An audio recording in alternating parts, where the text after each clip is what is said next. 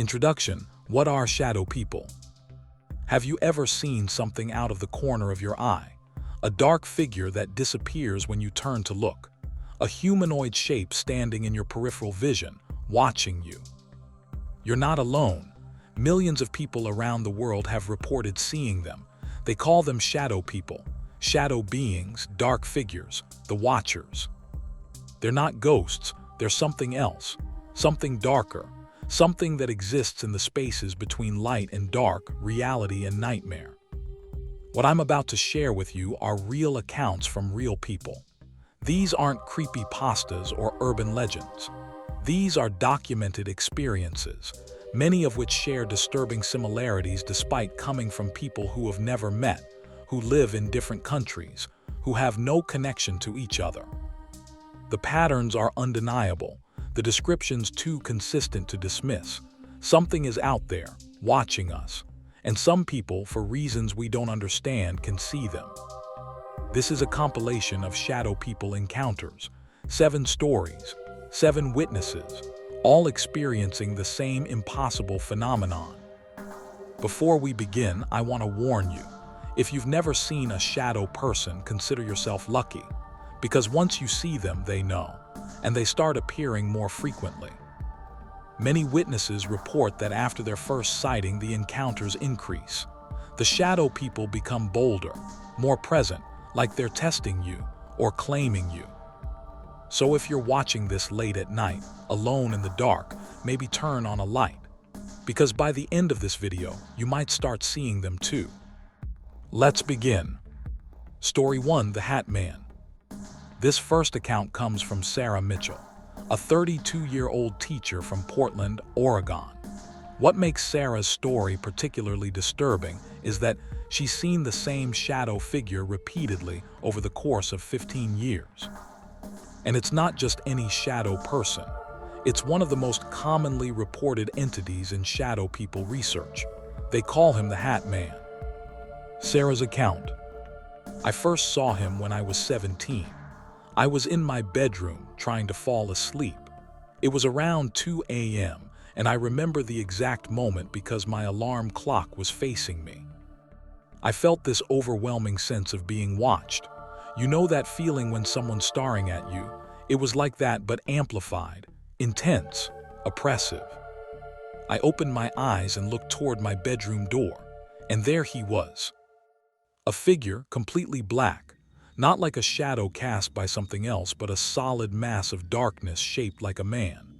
He was tall, maybe 6.5 feet, and he was wearing a wide-brimmed hat, like an old fedora from the 1940s. He stood perfectly still in my doorway, not moving, just watching me.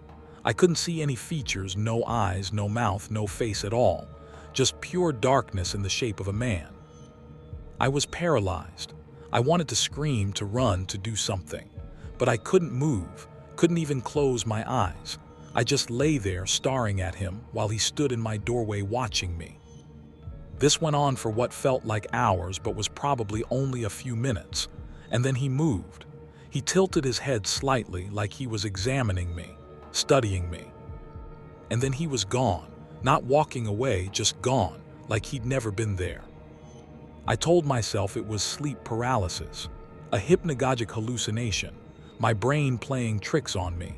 I researched it obsessively, found all the scientific explanations, convinced myself it wasn't real. But then I saw him again, 6 months later, same figure, same hat, same doorway, same feeling of being watched. This time I could move. I sat up in bed and he didn't disappear. He just stood there watching. I turned on my bedside lamp and the light seemed to pass right through him. He didn't cast a shadow. He was a shadow. I asked, "What do you want?" My voice was shaking. I don't know why I thought he would answer, but I had to say something. He didn't respond, but he took a step into my room, just one step, and I felt this wave of cold, not physical cold, but something deeper, like my soul was freezing. I closed my eyes and started praying. I'm not even religious, but I prayed. And when I opened my eyes again, he was gone. That was 15 years ago. Since then, I've seen him dozens of times. sometimes in my bedroom, sometimes in other places, once in my classroom at school, once in a grocery store parking lot, once while I was driving. The sightings aren't frequent, maybe once or twice a year, but they're consistent, same figure, same hat, same feeling of being watched. What terrifies me is that he seems to be getting closer. In the early sightings, he would stay in doorways or at a distance, but recently he's been appearing right next to my bed, standing over me, watching me sleep. Last month I woke up and he was inches from my face. I could feel the cold radiating from him, and for the first time I saw his eyes. Not physical eyes, but points of red light where eyes should be, glowing faintly in the darkness of his face. I don't know what he wants. I don't know why he follows me, but I know he's real, and I know he's not going away. Sarah's story is one of thousands reporting encounters with the Hat Man. This particular shadow entity has been seen by people across the world, all describing the same details. Tall figure, wide-brimmed hat, overwhelming sense of dread. Researchers don't know why this specific entity appears so frequently, or why it wears a hat. Some theories suggest it's a collective manifestation of cultural fear. Others believe it's a genuine interdimensional being that has learned how to interact with our reality. What we do know is that the Hat Man encounters are increasing. And like Sarah, most witnesses report that once they see him the first time, he keeps coming back. Story 2, The Bedroom Watcher.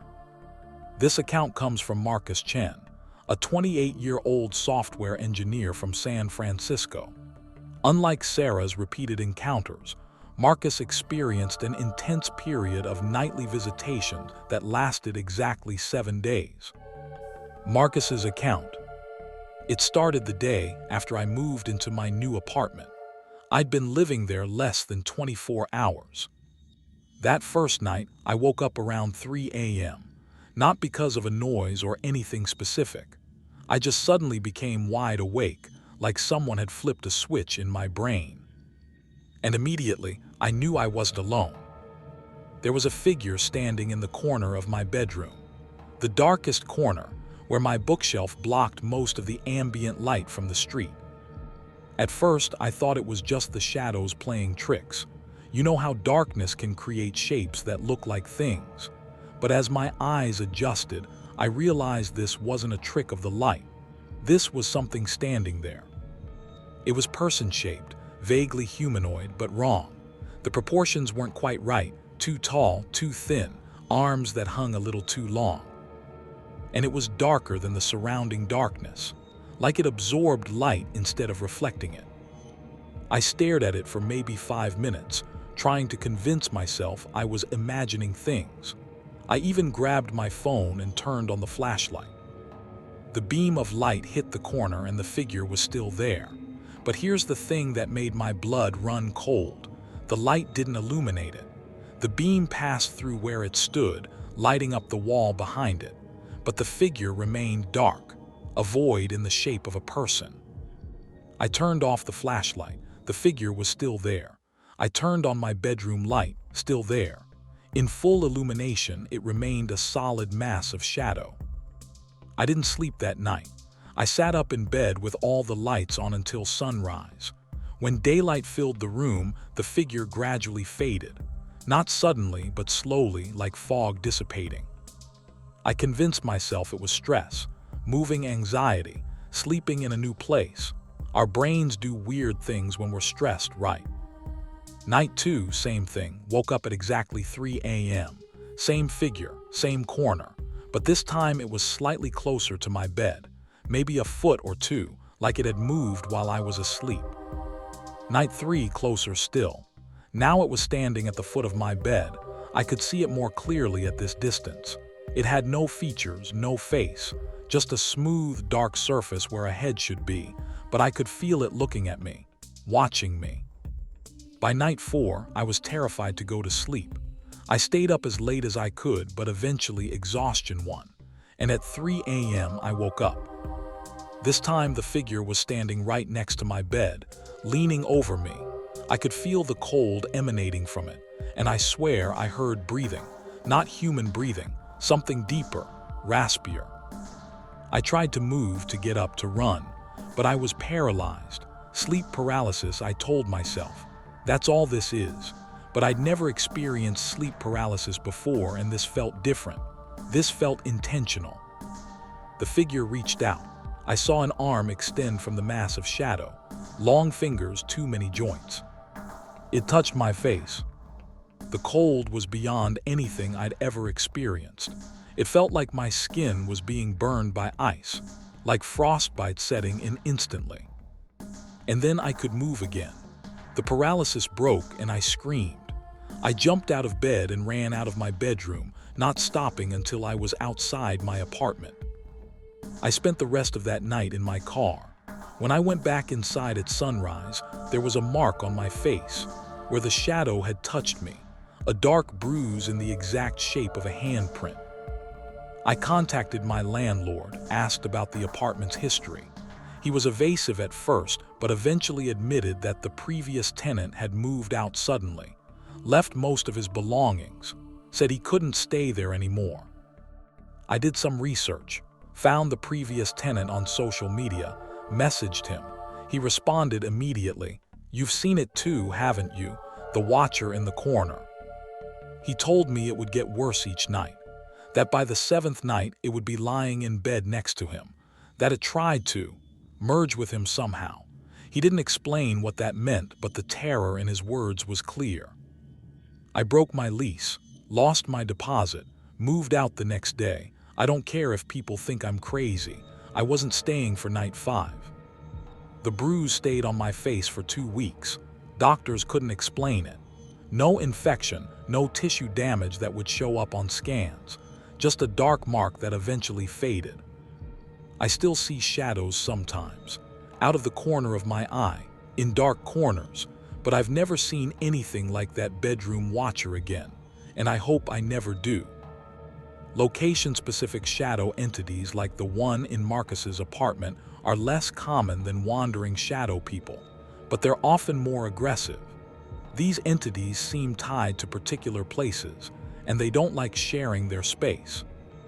The progressive nature of Marcus's encounters, the entity getting closer each night, is a pattern seen in multiple accounts. It's as if these beings are testing boundaries, seeing how close they can get before the witness breaks. Story 3, The Childhood Friend. This account comes from Jennifer Rodriguez, now 34, describing encounters that began when she was just 6 years old. Jennifer's story is unique because she initially perceived her shadow person as a friend rather than a threat. Jennifer's account. I called him Mr. Tall. That's what 6-year-old me named him because he was very tall, taller than my parents, taller than any adult I knew. He first appeared in my closet. I would see him standing there among my clothes, perfectly still. At that age, I wasn't afraid. I thought he was like an imaginary friend. I would talk to him, tell him about my day at school, show him my drawings. He never responded, never moved, but I felt like he was listening, like he cared. My parents thought it was normal childhood imagination. They even played along sometimes, asking me what Mr. Tall thought about things. They thought it was cute. But as I got older, Mr. Tall became different, less friend-like, more ominous. By the time I was 10, I realized what I was seeing wasn't normal. I'd learned enough about the world to understand that other kids didn't have tall shadow figures standing in their closets. I stopped talking to him, started trying to ignore him, but he didn't go away. If anything, he became more present, more insistent. He started appearing in other places, not just my closet. I'd see him in the hallway at night, in the bathroom mirror's reflection. Once, during a family dinner, I looked up and saw him standing behind my father's chair. I asked my parents if they could see him. They couldn't. To them, there was nothing there, just their daughter staring at empty space and refusing to explain why. They took me to a therapist. The therapist said I had an overactive imagination, that I'd grow out of it. But I didn't grow out of it. I'm 34 now and I still see him. He's evolved over the years. Or maybe I've just learned to see him more clearly.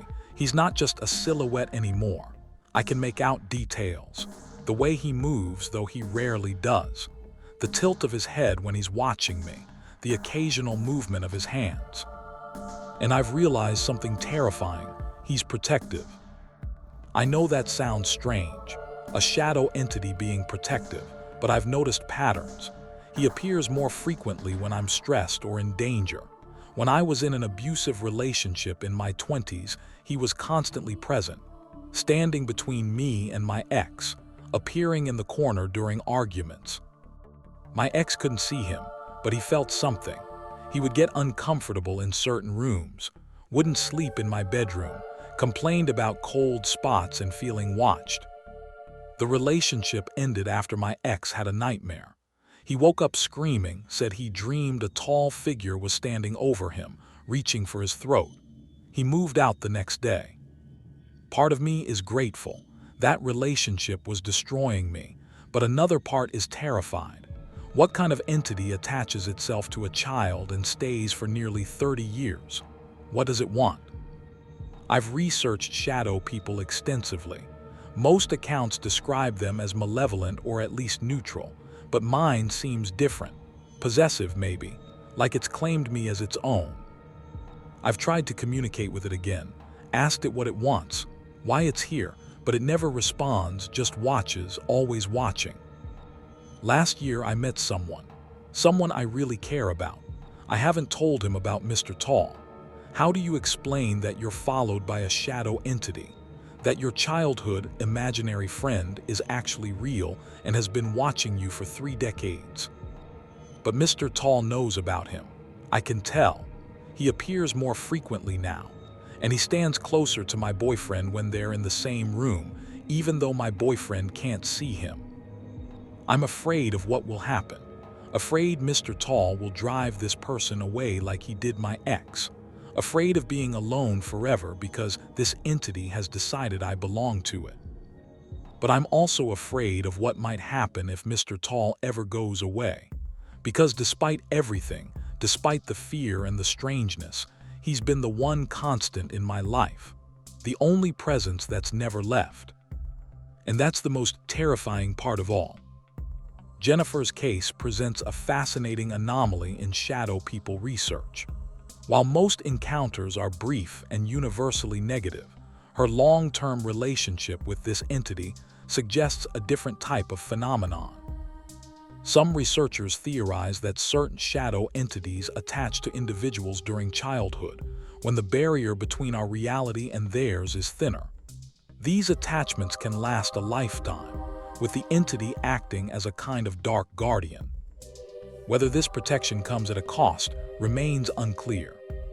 Story 4. The Hospital SHADOWS.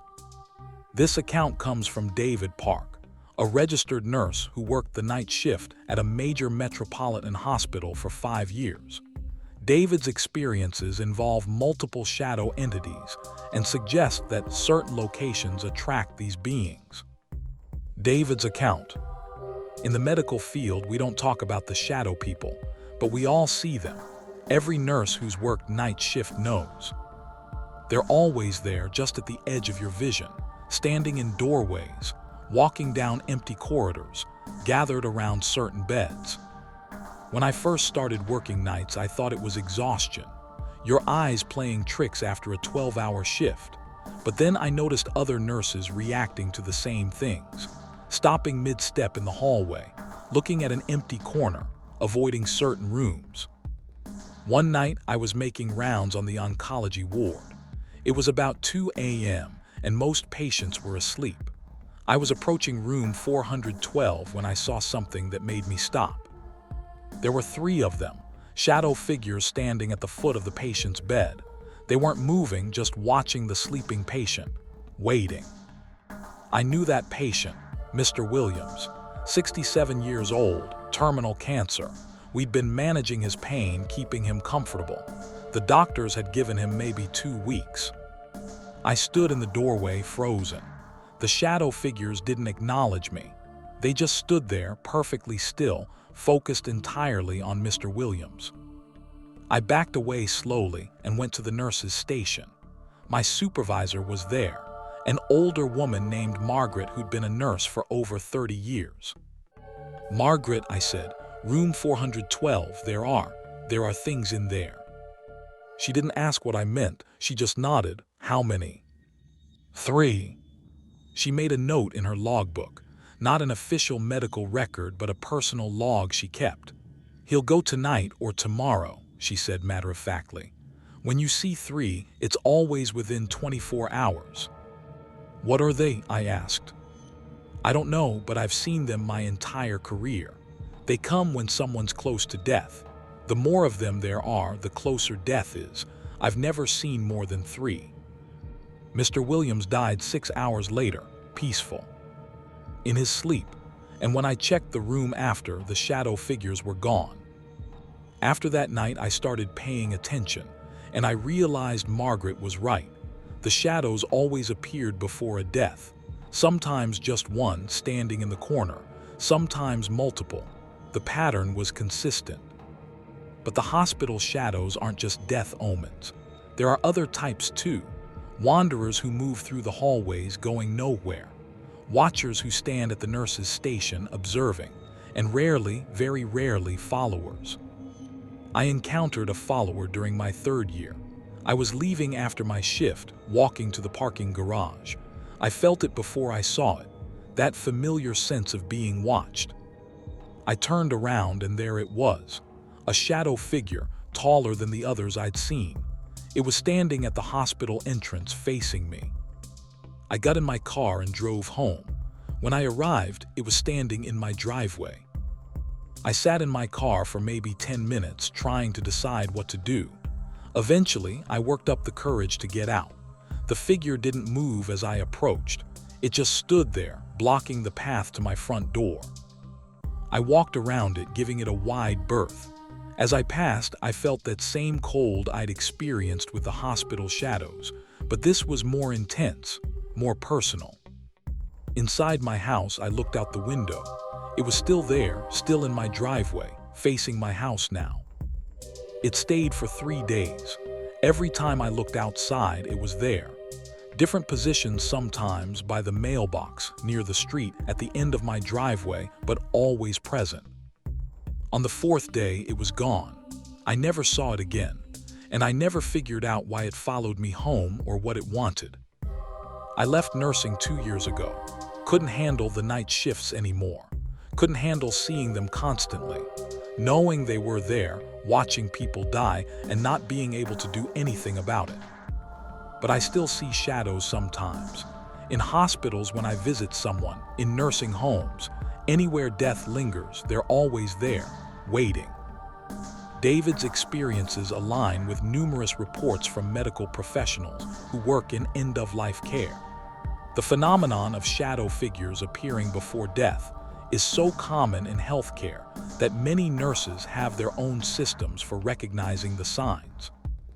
Whether these entities are drawn to death or somehow cause, it remains a subject of debate, but the correlation is undeniable. Story 5: The Road Traveler. This account comes from Robert "Rob" Sullivan, a long-haul truck driver who spent over 20 years on America's highways.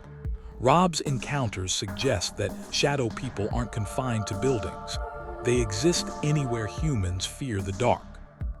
Rob's account: when you drive at night, you see things. Every trucker knows this. Strange lights, weird animals, things that don't make sense.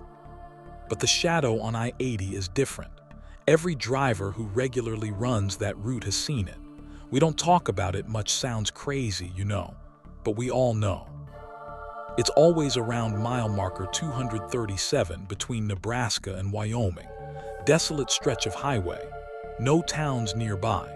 No lights except your headlights and the occasional passing vehicle. The first time I saw it, I thought it was a hitchhiker, a figure standing on the shoulder of the road, at 2 a.m. in the middle of nowhere. I didn't stop. Rule 1 of long-haul driving: never pick up hitchhikers at night in the middle of nowhere. But as I passed, I looked in my side mirror. The figure was gone, just vanished. Road behind me was completely empty. I chalked it up to fatigue. Maybe I'd imagined it, but then it happened again. Same stretch of highway, same mile marker, figure on the shoulder.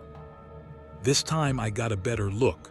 Tall, very tall, too tall to be a normal person, and dark, like a silhouette cut out of reality. Again, when I checked my mirror, it was gone. I started asking other drivers about it. Most of them knew exactly what I was talking about. The walker, they called it, been seen on that stretch for decades, always in the same area, always disappears when you pass. But some drivers had worse stories. One guy told me he saw it standing in the middle of the road. He had to swerve to avoid it, nearly jackknifing his rig. When he got control and looked back, nothing was there. Another driver claimed he saw it running alongside his truck, keeping pace at 70 miles per hour, running on two legs but moving like nothing human could. My worst encounter happened about 5 years ago. I was making my usual run, approaching mile marker 237. It was a clear night, full moon, good visibility. The figure was there as usual, but this time as I got closer, it turned to face me. I could see it clearly in my headlights. No features, no face, just a dark shape, but I felt it looking at me, staring directly at me through my windshield. And then it stepped into the road, right into my lane. I slammed on my brakes, fully loaded truck going 65. You know how long it takes to stop. I was sure I was going to hit it. The truck plowed right through where it stood. I didn't feel any impact. No sound, nothing, like it wasn't physically there. I managed to stop the truck, sat there for maybe 10 minutes trying to calm down. My heart was racing, hands shaking so bad I could barely hold the wheel. When I finally got out to check, there was nothing. No body, no damage to my truck, no skid marks except my own.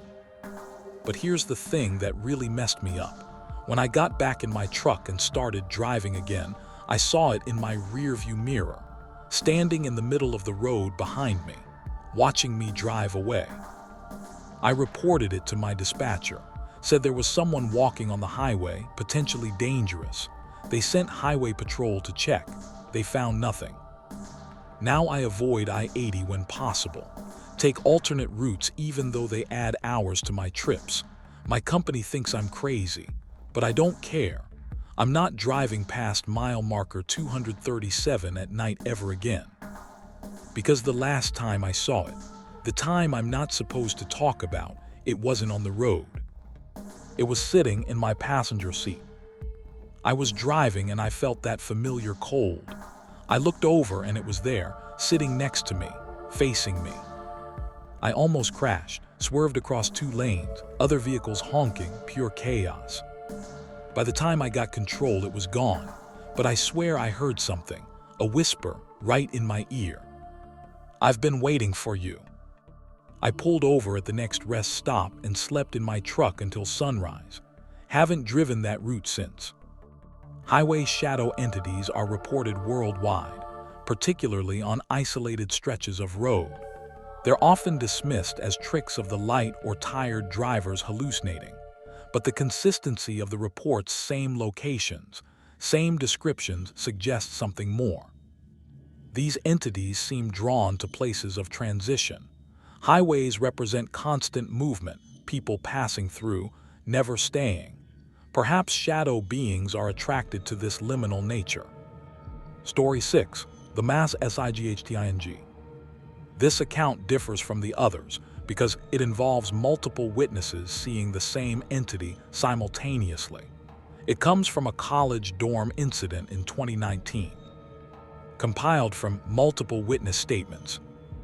On October 31st, 2019, at approximately 3:47 a.m., 7 students in Morrison Hall at a Midwestern university reported seeing the same shadow figure simultaneously. The students were returning from a Halloween party. As they entered the 3rd-floor hallway, they all stopped. At the far end of the corridor stood a tall, dark figure. All 7 witnesses describe it identically.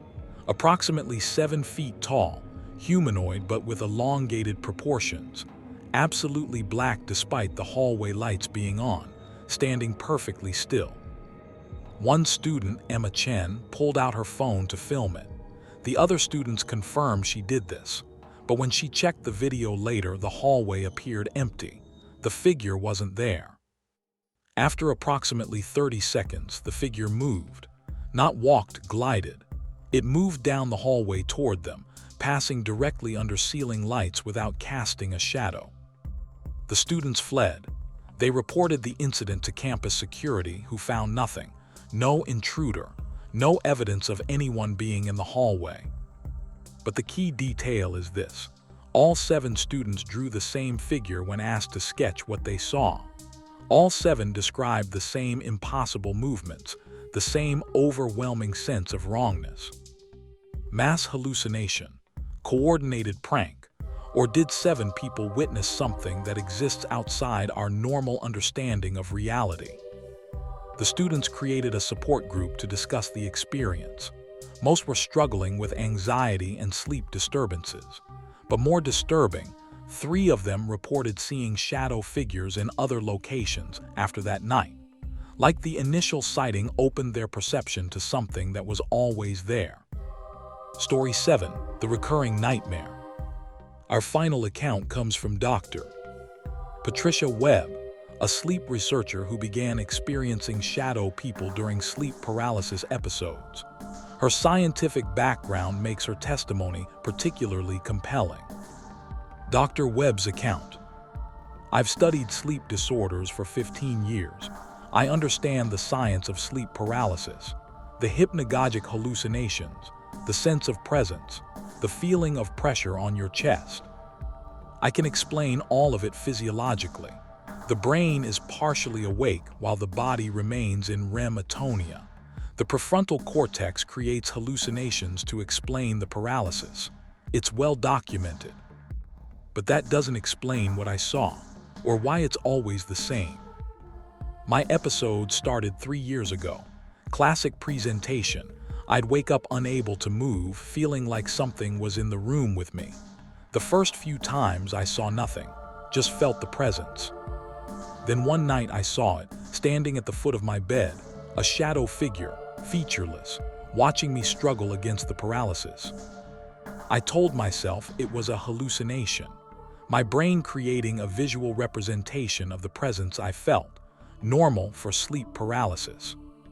But it appeared again, and again, always the same figure, same position, same behavior.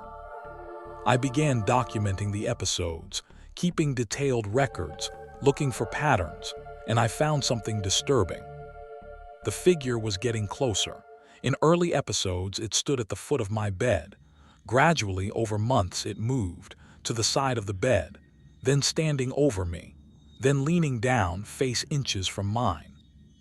One night during an episode, it did something new. It touched me. I felt pressure on my chest, cold, impossibly cold, and I heard something, a whisper, not in my ears but in my mind. Soon, I started sleeping with lights on, setting alarms to wake me every 90 minutes, disrupting my REM cycles to prevent paralysis. It worked for a while. But eventually, exhaustion caught up. I had an episode, and this time when the figure appeared, I noticed something I'd never seen before. It had eyes, red eyes, glowing faintly in the darkness of its face. And I realized this isn't a hallucination. Hallucinations don't evolve. They don't remember. They don't show progression over time. This is something else. Something using sleep paralysis as a doorway, a way to interact with us when our minds are vulnerable. I've stopped researching sleep disorders, started researching shadow people instead, and what I've found terrifies me. Thousands of people report seeing shadow entities during sleep paralysis, and for many, like me, it's always the same figure, like each person has their own assigned watcher. Last week I had an episode. The figure was there as always, but this time it spoke clearly, 4 words that I can't get out of my head. It's almost time. Time for what? I don't know, but I'm afraid I'll find out soon. Conclusion. PATTRNS and THORIS. We've heard 7 accounts, 7 different people, 7 different circumstances, but disturbing patterns emerge. First, shadow people are consistent across cultures and geography. People who have never met describe identical entities. The Hat Man, the tall figure, the bedroom watcher. These aren't random hallucinations. There's pattern, there's structure. Second, they seem to operate under rules. They appear at certain times, usually between 2 a.m. and 4 a.m. They prefer darkness but aren't eliminated by light. They watch before they interact. They're patient. Third, encounters tend to escalate. Initial sightings are brief, distant, but with repeated exposure, the entities become bolder, closer, more interactive. Fourth, they can't be captured on camera, yet multiple witnesses see them simultaneously. They exist in a space between perception and reality. What are they? Theories abound. Some researchers believe they're interdimensional beings, entities from a parallel reality that occasionally intersects with ours. The shadow form is how our brains interpret something our eyes weren't designed to see. Others think they're spirits or demons, malevolent entities that feed on fear.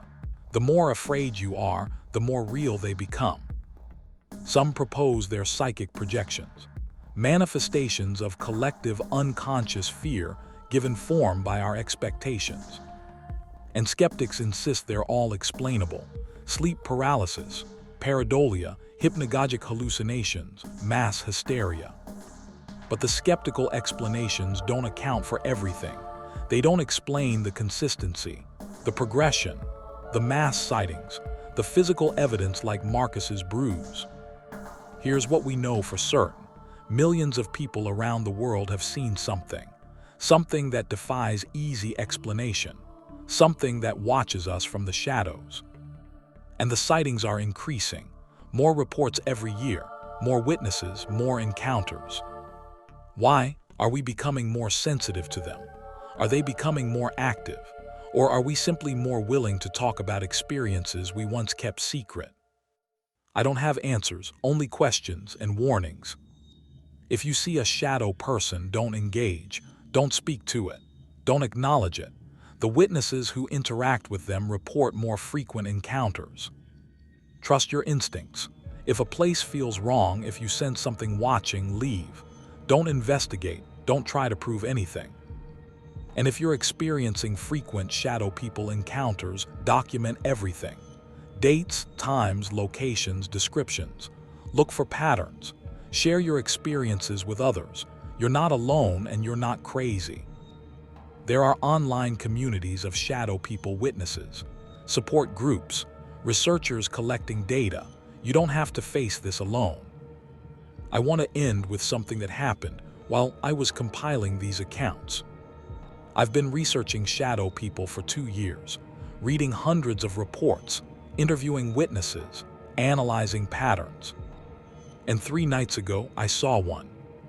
Standing in the corner of my office, watching me work. Same description as countless reports I've read, tall, dark, featureless. But seeing it in person is different. The fear is visceral. I followed my own advice, didn't engage, didn't acknowledge it, just calmly closed my laptop and left the room. When I came back an hour later, it was gone. But I know what this means. The research attracted attention. Something noticed me noticing them. And now I'm one more witness to add to the growing list. So I'll leave you with this. By watching this video, by learning about shadow people, you've opened a door in your awareness. You might start seeing them now, in corners, in periphery, in the spaces between light and dark. Don't be afraid. Fear makes them stronger, but don't dismiss them either. They're real, they're watching, they've always been watching. We just couldn't see them before, but now we can, and there's no going back. End.